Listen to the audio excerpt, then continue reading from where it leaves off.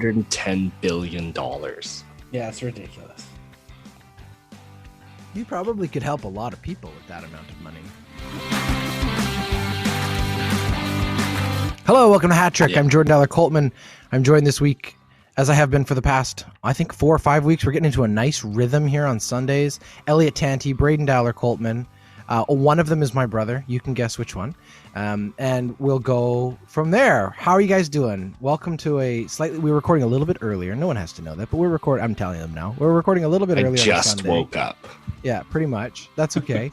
We're recording early because we do. If you listen to last week's pod, you heard a little advertisement. There's another member of my household who has a wonderful show going on this evening. So we had to record a little bit early, which is fine. Usually we kind of come into it after a hockey game or after some kind of late night sporting event, and we're all a little groggy. So maybe we'll be a little more chipper. You feeling chipper, Elliott? Yeah, really chipper. So chipper, I'm going to make another bold coaching prediction. Okay. Obviously, this week with Ralph Kruger being fired, I'm going to say that there will not be another coach fired in the NHL for the rest of the year now that Ralph Kruger's gone. Wow. That's some cooler butts for sure. Braden, how are you feeling? Chipper? I'm feeling chipper. A great Oilers game. There's March Madness in the air. And I'm going to say that there will be 3 more coaching changes in the NHL this year. All right. But only 3. So three people are really in trouble now. Braden is the kiss of death with his pick. So actually, it's probably likely Elliott's right now, because now that Braden's made that prediction, his predictions don't usually come true. Count it. And I guess we should also just take a quick second and say Happy Persian New Year. Is that the right way to say it, Elliott? Yeah, absolutely. Happy New Year's. All right. Let's get to it. Here's topic 1. Okay, so topic 1 this week, we are going to do a little bit of Oiler content. We always tease ourselves and each other about how much Oiler content we usually did, and in the last couple of weeks we've really abstained well from Oiler content, although I know it's been difficult for Braden. Each week he has more and more apparel on as we record, just sort of like trying to coax us into it. I think he may have slept in the Oiler hat he's currently wearing. Well, just to be clear, he's always been wearing apparel, but he's wearing Oilers branded apparel now, just so that no one thinks he's been doing the show naked, Jordan. That's right. That's exactly why. To tell people that. Oh, okay, copy that. No, I don't believe he's been in the nude. But anyway, yes, let's get to it. Here's the I can't see him from the waist down, so it's possible. Who knows? I can't see either of you from the waist down. I got silky Oiler underwear on. Oh, nice. All right. Let's go to topic 1. Silkiest McDavid's goals last night. There you go. Well, we're not going to do too much digging into the actual game, although they have won 3 straight. Let's talk. We have a fun little topic here. Elliott's got teed up for us. He's gone to the trouble, and I'm sure that it was deep analytics and a lot of soul searching to complete this list, but he has compiled his top 5 Oilers of the year, and I'm sure there are going to be some controversial picks in here. So I'm going to hand it off to Elliott. He's going to set this up, and then we can begin a nice healthy debate. Take it away, Elliott. Yeah, absolutely. So one of the things I started doing in the decorative darkness is finding my own ways to find success for the Edmonton Oilers. And so occasionally what I would do is just rate the players in the NHL of the Edmonton Oilers, because there was really nothing else positive to talk about. And so I did a top 10 here, but I think we'll focus in on the top 5. Because I've made some, I feel controversial picks. Maybe not at all. Maybe this would be a boring segment, but let's get going. Great. So I think the number 1 best player in the Edmonton Oilers is pretty obvious. We're not going to debate this. We're not going to talk about it. It's obviously Connor McDavid. So let's just, I think that's a consensus pick. He's the best player in the league. Therefore he has to be the best player in the Edmonton Oilers. Done. Copy that. Who do I, number 2 and 3, I think are very close. And I have decided to put Darnell Nurse ahead of Leon Draisaitl. Wow. Darnell Nurse, the second best player of the Edmonton Oilers this year. Wow. We will probably get into that one a little bit, but that's based on just number of minutes he's playing, his consistency both offensively and defensively, and how much pressure he's taken off the rest of the decor because of his excellent play. Draisaitl then falls to 3rd, outstanding year still, but I have him 3rd. And then 4 or 5, there's a lot of Oilers you could put in that space. But I decided that I think the 4th best player in the Edmonton Oilers this year is Mike Smith, carrying the team in goal, and also seems to be the heart of the team in a lot of ways. You see lots of passion and energy. Guys seem to like to play for him. So I have Mike Smith as number 4. And then the 5th best Oiler I have this year is 1 Tyson Barrie. So number 1 McDavid, 2 Nurse, 3 Draisaitl, 4 Mike Smith, and 5 Barrie. Thoughts, boys? Yeah. You want to go first, Braden, or you want me to Well, take it's him hard down? it's hard to argue with. It's funny because I was fully expecting this to be like throughout the decades. I was like, this guy better be talking about Tommy Salo, Cujo, and Smitty. Sure enough, you've got Mike Smith on there, but that's a different Smitty. I have a hard time talking about Mike Smith and saying Smitty. I don't know how you guys feel about it. That's a little tangential, maybe next week's topic. I definitely agree with your first. I don't think that needs a whole topic, Braden. Well, that's arguable. All right. Anyway, we can get Smitty on here to debate. We'll get if both you can Smiths get on to Smitty debate. on here, then we can make it a topic. That's a deal. Look, I mean, I agree. I maybe wouldn't have Nurse in the second.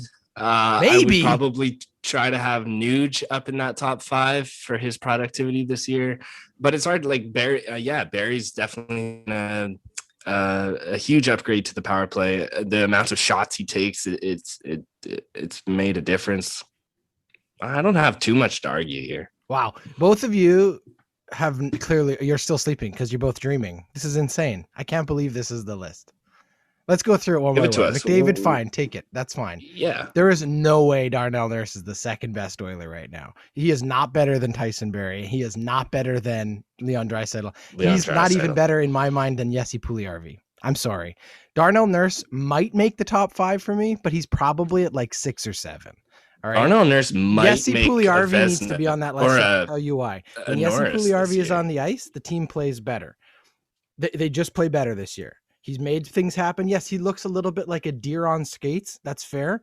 But he's still, when the puck is on his stick, things happen. Did you see the past 2 games ago, the behind the back, no look pass to McDavid in the slot? I mean, this guy is a high level offensive player. Tyson Barrie, first off, is being slaughtered by the Toronto media right now because they're all suggesting he's only had a bounce back year because he's being carried by Leon and Connor. That is not true. Tyson Barrie is the best puck moving defenseman the Oilers have seen since Chris Pronger. His head is so good. His hockey sense is so good. His eyesight and the way in which he is able to read the ice, especially with the speed of McDavid, the speed of Puljujärvi, he is 3 steps ahead of any defenseman out there. Darnell Nurse, when he gets the puck and he gets on a rush, he's a good offensive defenseman, but he is not great yet. And his defense is a little lacking. He gets bailed out way more often than he needs to. He is not in the top 5. And I'm sorry, but Nuge should not be there, Braden, either. But in my mind, if there's anyone who's sitting right on the cusp, in the top 10. Yeah, all right, that's fair. If there's anyone sitting there that's like the maybe on the bubble, it's the guy who I think is the biggest surprise for the Oilers this year, and that's Jujhar Khaira. Jujhar Khaira, in my mind, is probably in the 4 or 5 spot. Every single time he's been on the ice, he's generated offense. And I'll give you Mike Smith. Mike Smith's fair, but Mike Smith missed half the season so far, so he's got half a season to make up for, and I'll leave it at that for now. So just a couple things on Nurse. Nurse is playing like 26 minutes a night. He's like 3rd in the NHL in total time. His plus minus is through the roof. He's got 10 goals already this year. He's got more goals than Tyson Barrie. Like that's sure. Ludicrous to me. I do have Pool Party 6. I had Puljujärvi 6. And I love that we're still calling him Pool Party. Thank you, Elliott. Yeah, I can't. And I had Khaira in the top 10 as well. I didn't have Nuge in the top 10. I haven't seen Nuge all that well. I have seen Nuge on every single play that Connor scores on. His plus right now is like through the roof. Sure. Here's the thing, though. And this is a side. This is definitely tangential, and maybe we want to go into this like in the off season. This would be a good rules debate. I think I've brought this up before. I hate the second assist is equal to the first assist point wise. I hate it because people look at points and they're like, oh, wow, this guy's had a great season. If you're the secondary assist, you might have just dumped the puck out of your own zone. You're not as valuable as the first primary assist. No, the primary assist is the guy who made the play. It's never some plays maybe, but on a power play, if you're just cycling the puck and the first pass is just into the corner and then that guy makes the play to the slot, it should be worth half a point. And I think when you look at the statistics of that, it's about where the scoring chances are coming from. Tyson Barrie is the primary assist. So what if Mike Smith makes a pass from goal, 2-line right to a guy, say Nuge, and he passes it over McDavid? Who made that play? I'm just saying to dump the puck out, but the secondary assist should still be well. Okay, all right. Look, I've clearly proved my point. This should be a topic down the road. Maybe we'll get into a rules debate later. I love it. I do get that. I think the problem is, Jordan, you have trouble where there's that secondary assist is important sometimes where it's not, and it's just too difficult to define that. So you just have to do it. All right. Well, I think we're for clearly fantasy over sake, time. we need a third assist. This got hot and heated. This was fun. Maybe you can tweet us or send us a message on Instagram or Facebook whether you agree with Elliott's top 5. Just to be clear, Darnell Nurse has 1 fewer point than Tyson Barrie. Like I don't know where you're coming from. That Tyson Barrie's but see, this is what I'm saying. It's not about points for me. It's also about how you generate offense, how you move the team forward, and your defensive play. If you're a defenseman, if you're going to put a defenseman in the second spot, he better be the best defenseman. Darnell Nurse is plus 21 this year, dude. Like, I don't think you're giving him the credit. Because he's playing next to Tyson Barrie.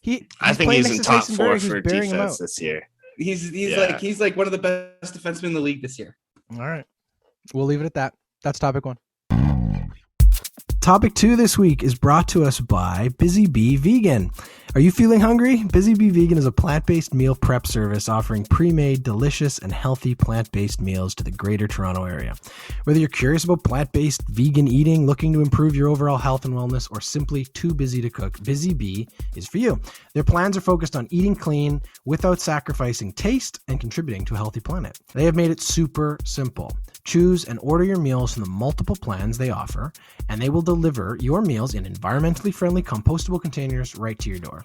You can find them on Instagram at Busy Bee Vegan Meals or on Facebook at Busy Bee Vegan. Go check out a small local business in Toronto and save the hassle of COVID grocery shopping and cooking. Let the Busy Bees feed you buzz-worthy meals. Okay, topic 2 today is a kind of a weird one. We wanted to dig a little bit into something off the field or ice or field in this case. We're going to talk a little bit about the NFL's new deal, their media deal. The way the NFL's broadcast rights deals go kind of drives TV. There's sort of the old joke that the NFL is the league that runs television. And I mean that because for the last decade almost, the highest rated television programs every single year are NFL football games. It's the only thing really that's keeping broadcast television afloat. In many cases, network television relies so heavily on the money they generate and the revenue they create through the marketing of football games. And so obviously it's a big deal when that happens. And it sort of has a ripple effect to all the other sports because they have to take their cues off of what those NFL deals are. They're never going to get as good a deal. Therefore, they have to think about how it compares. And it's also a bellwether because they're the network that literally launched networks to hold their sports. Fox Sports exists because of the NFL and trying to compete with the broadcasting on the other networks. So just to give us a sort of a rundown of what the big deal is, it is a $110 billion deal. That's with a B. It is the biggest deal in sports history, obviously, for a network, for any network, and it includes all 4 of the major United States networks. So ABC, NBC, CBS, and Fox all hold rights as they did before. None of them lost any nights of the week. ESPN still holds their rights in conjunction with ABC. So between ESPN and ABC, who are both obviously Disney owned, they paid $2.8 billion themselves to get that content on there. But the biggest part of this deal, the most interesting part of this deal, which of course is sort of the worst kept secret, was that Amazon was going to get in on the play, and they become the first streaming platform in the United States to own a night of the week for football. So they now own Thursday night football.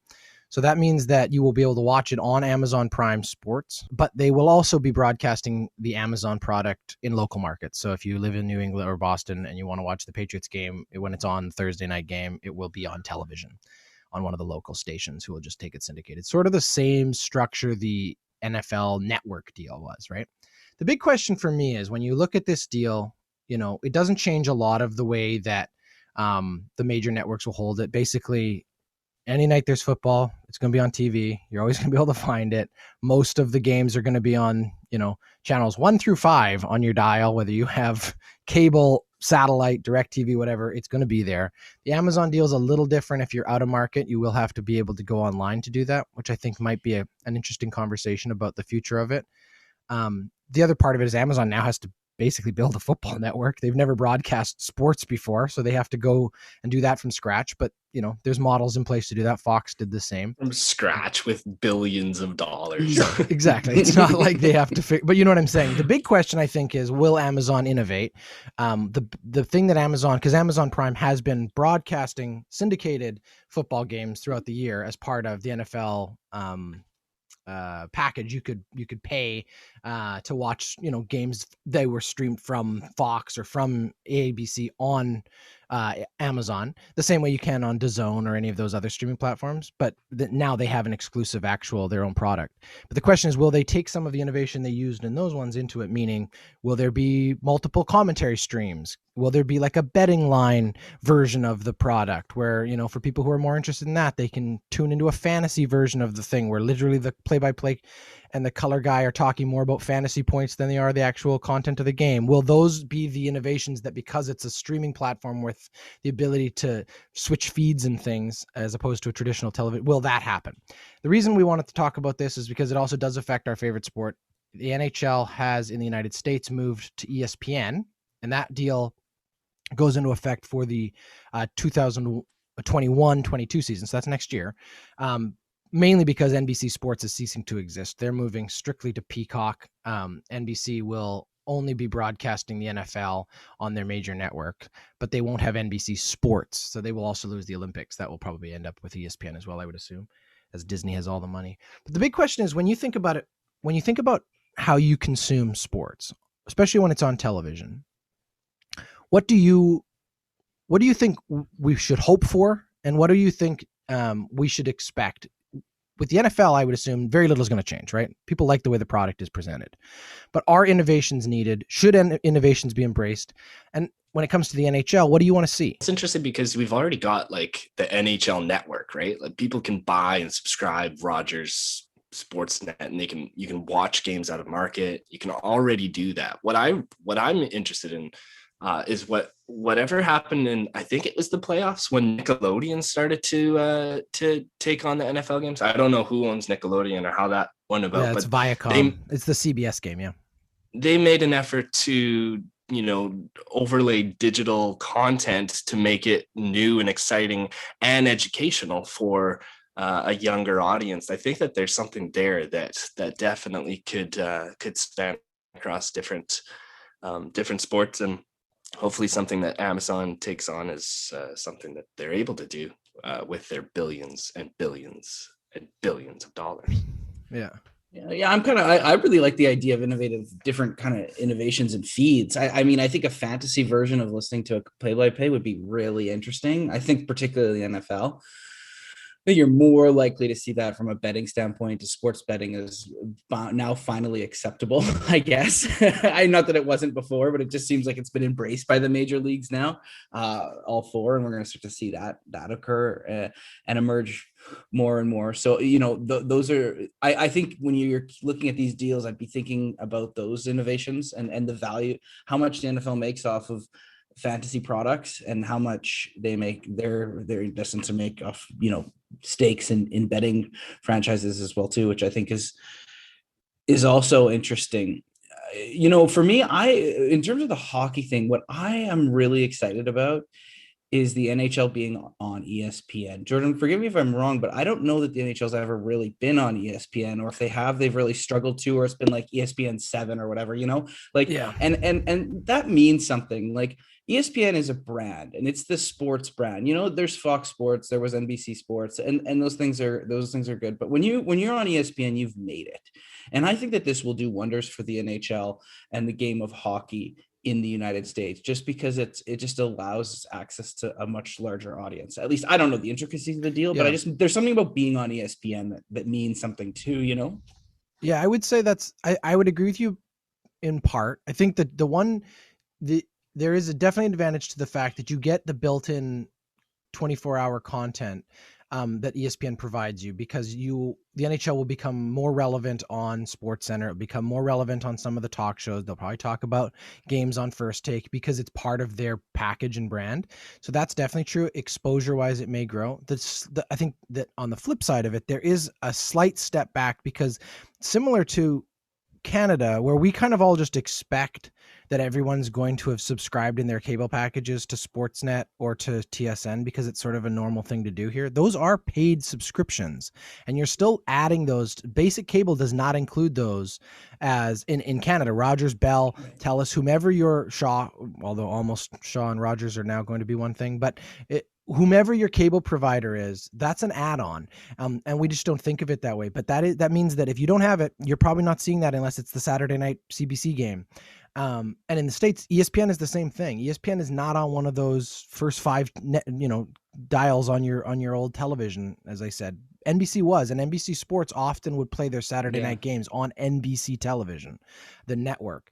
So that gave it a little bit more exposure. But again, those were only going to be the Pittsburgh, the Pittsburgh New York game, or the Pittsburgh whomever game that was the biggest draws for the American audience. This will definitely increase some of those smaller market teams' exposure. And there is also the built-in ESPN Plus part of it, where they will have the ability, similar like Braden brought up in Canada, for people to be able to subscribe to watch more games.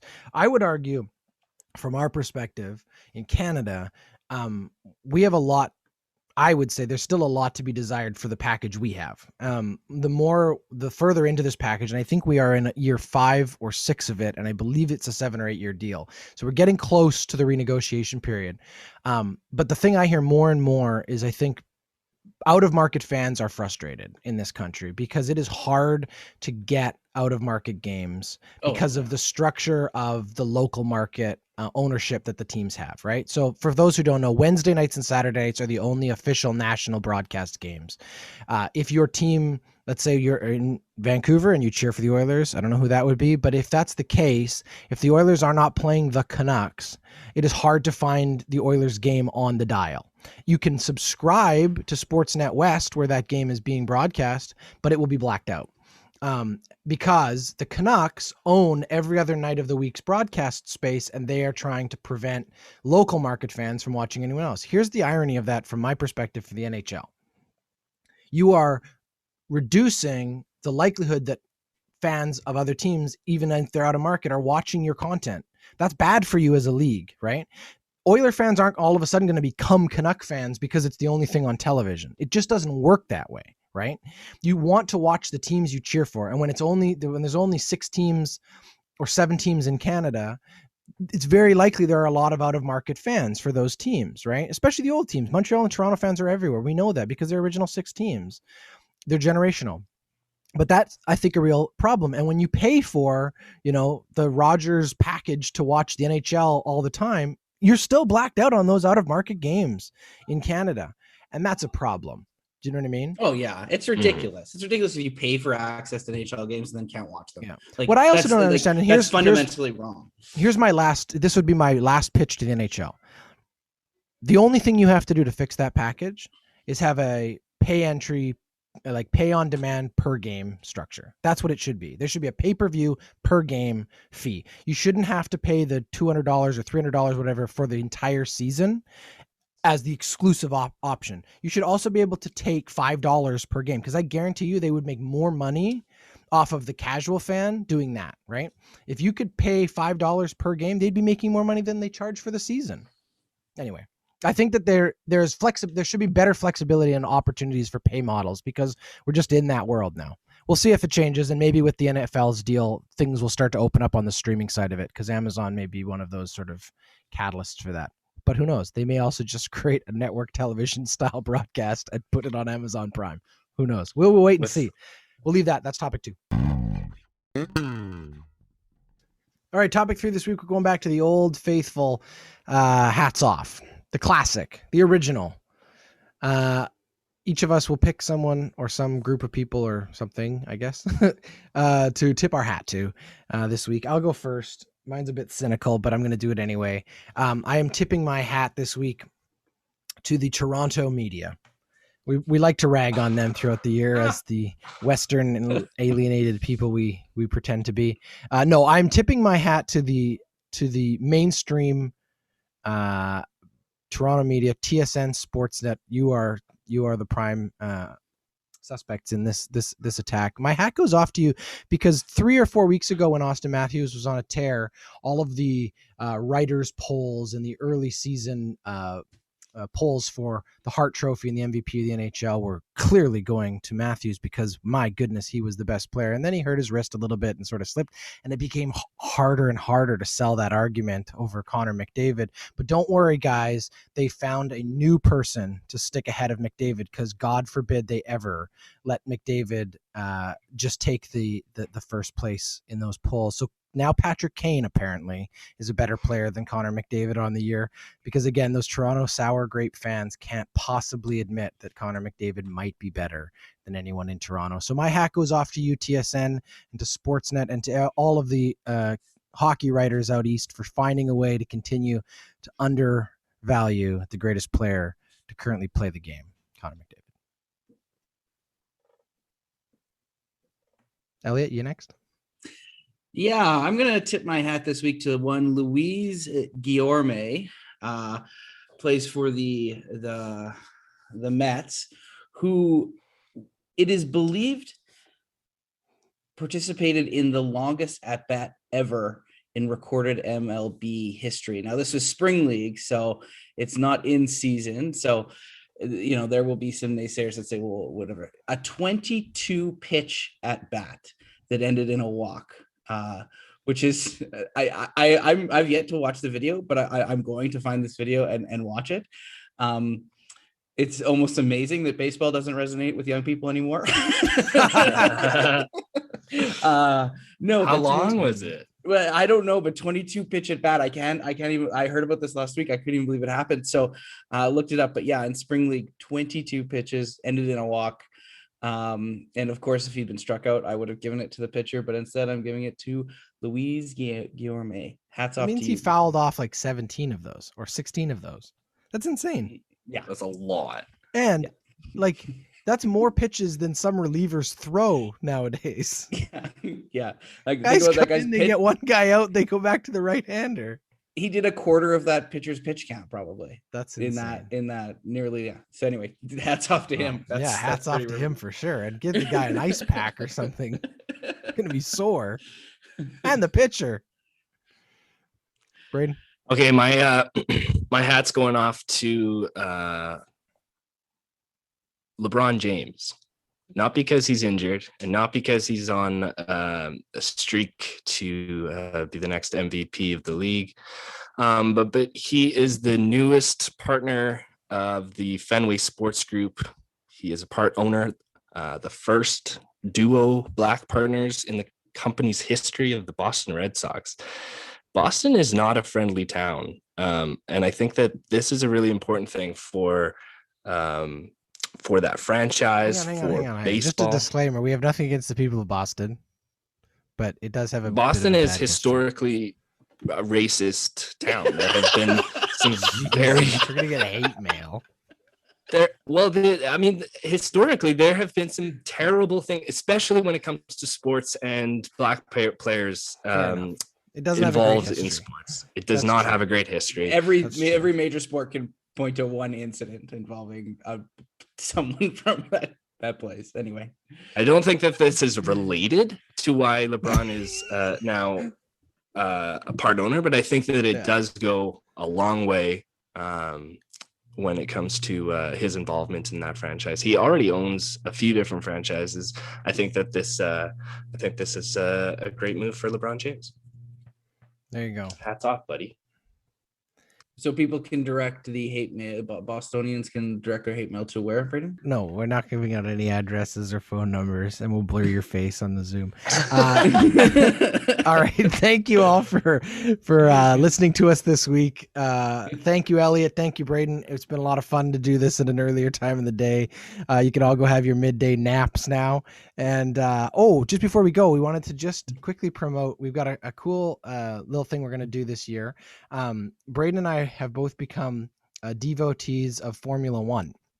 And so Hat-Trick Sports is going to present a special podcast every week that there is a race throughout the F1 schedule. It'll be sort of a midweek preview of what that week looks like and sort of a recap of what the previous race was. It's called the Pit Stop Podcast. It will be on this feed. So if you already subscribe to the Hat-Trick Sports feed, whether it's on Apple or anywhere else, Spotify, anywhere else you get your sports anywhere else you get your podcasts. Wherever you subscribe, this will just pop up in that feed. So you don't have to subscribe anywhere else. You'll just see it there. And you can listen to that. Braden and I will discuss the F1 world news for the week. And then we'll still have the regular scheduled Hat-Trick Sports podcasts the same week. So that's just a little something special coming down the line. We'll have our first episode this upcoming week because the first race is on the 28th. So we'll leave it at that for now. Thank you both. And thanks to everybody for listening to us. You can follow us on Instagram, Twitter, and Facebook. Have a great week. That's Hat-Trick.